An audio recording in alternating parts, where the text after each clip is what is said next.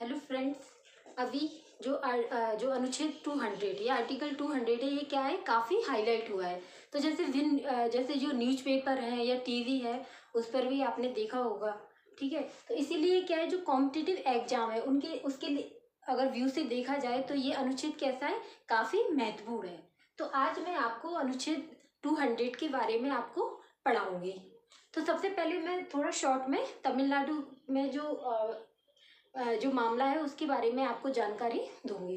तो सबसे पहले क्या हुआ कि तमिलनाडु की जो विधानसभा है उसने लगभग 10 विधेयक पारित करके राज्यपाल के पास स्वीकृति के लिए भेजे। ठीक है ना।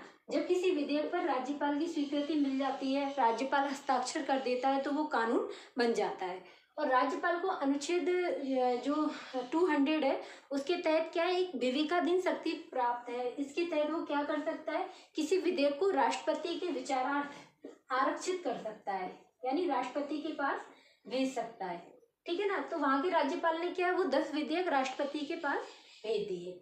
अब इसमें कोई समय सीमा नहीं है ना, टाइम लिमिटेशन नहीं है कि कितने समय में राष्ट्रपति उन विधेयकों को सहमति देगा या राज्यपाल विधेयकों को सहमति देगा। तो जब ये काफी समय तक राष्ट्रपति के पास रहे, ठीक है ना, तो विधानसभा में क्या है, वो विधेयक क्या है, कानून नहीं बन पा रहे थे।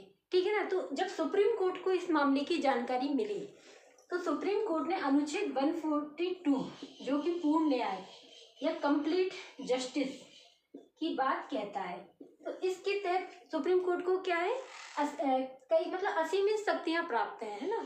तो इसके तहत सुप्रीम कोर्ट ने क्या है, 8 अप्रैल 2025 को कहा। तो नंबर 1 बात तो उसने सुप्रीम कोर्ट ने कही कि जो राष्ट्रपति और राज्यपाल हैं उनके पास जब कोई विधेयक स्वीकृति के लिए जाता है तो उनको 3 माह के अंदर उन पर अपनी सहमति दे देना चाहिए, है ना। एक तो सुप्रीम कोर्ट ने समय सीमा निर्धारित करने की बात कही कि 3 महीने के अंदर उनको पारित करना चाहिए।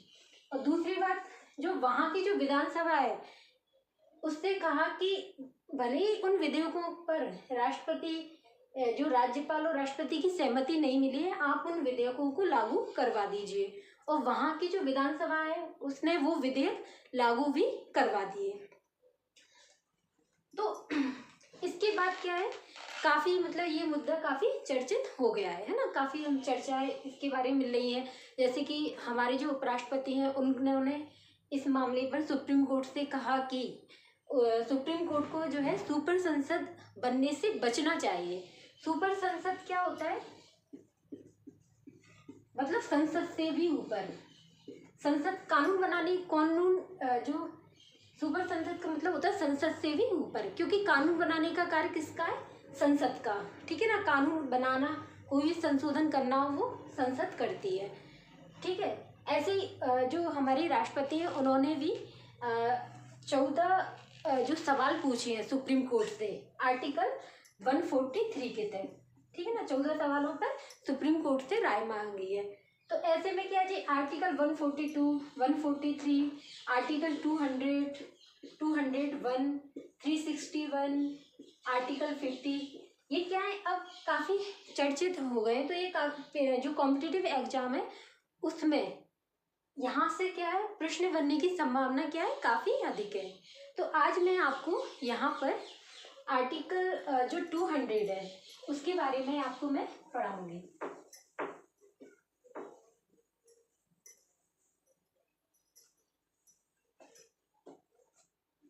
आर्टिकल 200 के तहत क्या है, जब कोई विधेयक विधानसभा द्वारा पारित होकर राज्यपाल के पास आता है, ठीक है ना, तो राज्यपाल के पास 3 तरह की शक्ति होती है। देखो, सबसे पहले क्या है, प्रस्ताव बनता है। जो मुख्यमंत्री और उसकी मंत्रिपरिषद है ना, वो आपस में मिलकर एक प्रस्ताव बनाती है कि हाँ ऐसा कानून बनना चाहिए जो राज्य के हित के लिए आवश्यक है। तो प्रस्ताव बनता है। ठीक है। प्रस्ताव फिर कहाँ जाता है, विधानसभा में। जब विधानसभा उस प्रस्ताव को पारित कर देती है तो वो विधेयक कहलाता है। और जब विधेयक पर राज्यपाल सहमति दे दे, हस्ताक्षर कर दे, तो विधेयक क्या है, कानून बन जाता है और फिर वो लागू हो जाता है। जब कोई विधेयक राज्यपाल के पास आता है तो राज्यपाल के पास क्या है, 3 तरह की शक्तियां होती हैं।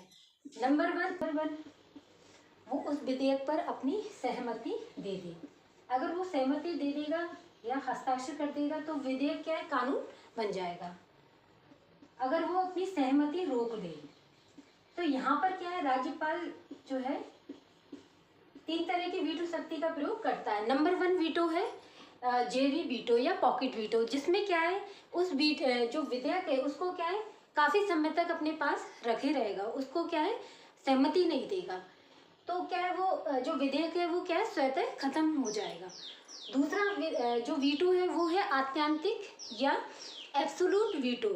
इस वीटो में क्या है कि जो राज्यपाल है वो विधेयक को क्या है, सीधे खारिज कर देगा। ये उन मामलों में किया जाता है आत्यांतिक वीट को, ऐसे मामले या ऐसे विधेयक जो गैर सरकारी सदस्य द्वारा बनाए गए हों या मंत्रिपरिषद ने बनाकर राज्यपाल के पास स्वीकृति के लिए भेजे हैं, और इसी बीच क्या है, जो विधानसभा है उसका विघटन हो जाए, यानी अब सरकार ही चली जाए, फिर नए चुनाव होंगे, नई सरकार आएगी तो वो अलग कानून बनाएगी, तो फिर उस कानून को बनाने की अब आवश्यकता ही नहीं है। तो उस परिस्थिति में क्या है, राज्यपाल अत्यांतिक या एब्सोल्यूट जो वीटो है उस शक्ति का प्रयोग करता है। और तीसरा है अपना सस्पेंशन या निलंबनकारी वीटो, जिसमें क्या है, कुछ समय तक राज्यपाल उस विधेयक को अपने पास रखता है और फिर पुनर्विचार के लिए वापस मंत्रिपरिषद के पास भेजता है। यदि विधानसभा ने उस विधेयक को पुनः पारित करके राज्यपाल के पास भेज दिया तो राज्यपाल क्या है, फिर उस विधेयक पर स्वीकृति देने के लिए स्वीकृति देता है, मतलब राज्यपाल को स्वीकृति देना क्या है, आवश्यक है। ठीक है। और एक है राज्यपाल की विवेकाधीन शक्ति। राज्यपाल की विवेकाधीन शक्ति, जिसके तहत वो राज्यपाल क्या है, किसी विधेयक को क्या है, राष्ट्रपति के विचारार्थ आरक्षित रख सकता है। ठीक है ना। अब ये और यहाँ तक हम ध्यान दें तो राष्ट्रपति के संबंध में भी ऐसे ही यही सेम प्रोसेस लागू होती है, यानी विधानसभा की जगह संसद, लोकसभा और राज्यसभा, यहाँ से कोई विधेयक पास होके राष्ट्रपति के पास जाता है, तो जब वो संसद जब उस विधेयक को पास कर देती है तो क्या है, विधेयक बनके यहाँ क्या राष्ट्रपति के पास आता है। और राष्ट्रपति के पास भी 2 तरह की शक्तियाँ होती हैं, सहमति दे सकता है या राष्ट्रपति सहमति रोक ले। तो इसमें भी वही तीनों, पॉकेट वीटो, अत्यांतिक या एब्सोल्यूट वीटो, और तीसरा है अपना सस्पेंशन या निलंबनकारी वीटो, तीनों शक्तियों का प्रयोग राष्ट्रपति करता है। ठीक है ना। अब लेकिन जो ये तीसरी शक्ति है ये क्या है, सिर्फ राज्यपाल को प्राप्त है, ये राष्ट्रपति को, जो विवेकाधीन शक्ति है वो क्या है, राष्ट्रपति के प्राप्त नहीं है। तो ये इसके तहत अनुच्छेद 200 के तहत क्या है, राज्यपाल को ये लगे कि जो विधेयक है वो क्या है, राष्ट्रपति के विचारार्थ भेजना चाहिए, तो वो क्या है, उस विधेयक को राष्ट्रपति के विचारार्थ आरक्षित कर लेता है, राष्ट्रपति के पास भेज देता है। अब किन किन ऐसे कौन कौन से पॉइंट है जिन पर राज्यपाल किसी विधेयक को राष्ट्रपति के पास भेजता है, तो मैं आपको वो पॉइंट समझा देती हूँ।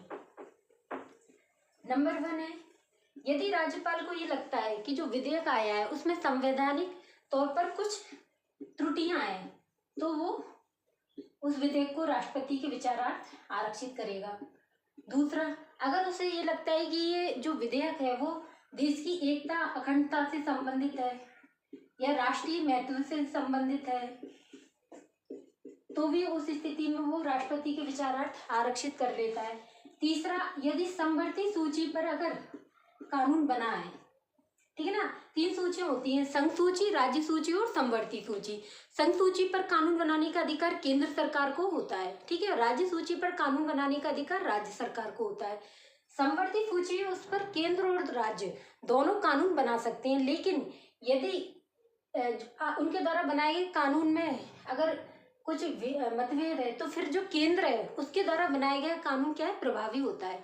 तो यदि कोई राज्य समवर्ती सूची पर कानून बनाता है तो उस स्थिति में क्या है, जो राज्यपाल है उसको डायरेक्ट राष्ट्रपति के पास भेजकर राष्ट्रपति से स्वीकृति ले लेता है, तो फिर वो राज्य में क्या है, उस पर कानून क्या है, बन जाता है। तो उस तीसरे मामले में भी क्या है, राज्यपाल भेज देता है।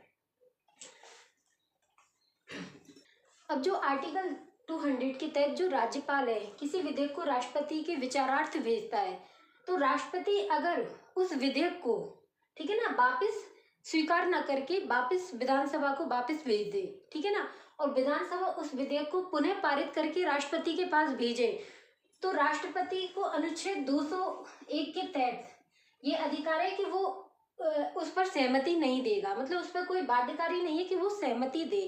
जैसे कि राज्यपाल है, उसके पास कोई विधेयक पुनः पारित होकर आता है, तो राज्यपाल को क्या है, हस्ताक्षर करना आवश्यक है, उस पर साइन करना आवश्यक है। इसी प्रकार जब संसद किसी विधेयक को पुनः पारित करके फिर से राष्ट्रपति के पास भेजती है, तब भी क्या है, राष्ट्रपति क्या है, उस पर हस्ताक्षर करना राष्ट्रपति को आवश्यक है, उस पर अनिवार्य है कि वो उस पर हस्ताक्षर करे।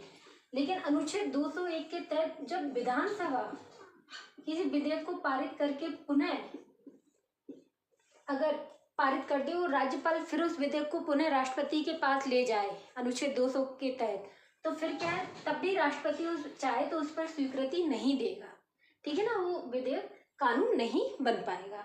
तो ये आर्टिकल 200 जो 1 है वो क्या है, काफी महत्वपूर्ण है। अब यहाँ से क्या एक क्वेश्चन ये बन सकता है कि जैसे जो राज्यपाल है, आर्टिकल 200 के तहत राज्यपाल को जो विवेकाधीन शक्ति मिली हुई है, तो उसके तहत नंबर ये ऑप्शन, वो किसी विधेयक पर सहमति दे सकता है या रोक सकता है, ठीक है। दूसरा ऑप्शन, राज्यपाल की जो 200 के तहत जो विवेकाधीन शक्ति है उसकी संवैधानिक जांच की जा सकती है क्या, तो उसकी संवैधानिक जांच की जा सकती है। नंबर ऑप्शन 3 में ए और बी दोनों, और डी है इन दोनों में, इनमें से कोई नहीं।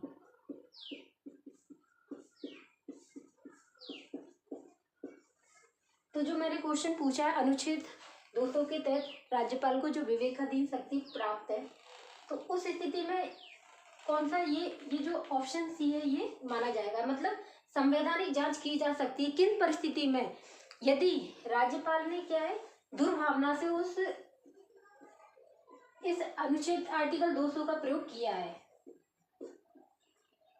तो उस स्थिति में क्या है, संवैधानिक जांच की जा सकती है, ठीक है ना, उसको जानबूझकर उस विधेयक को रोका है, तो उस स्थिति में ये की जा सकती है। अब एक आर्टिकल है 361,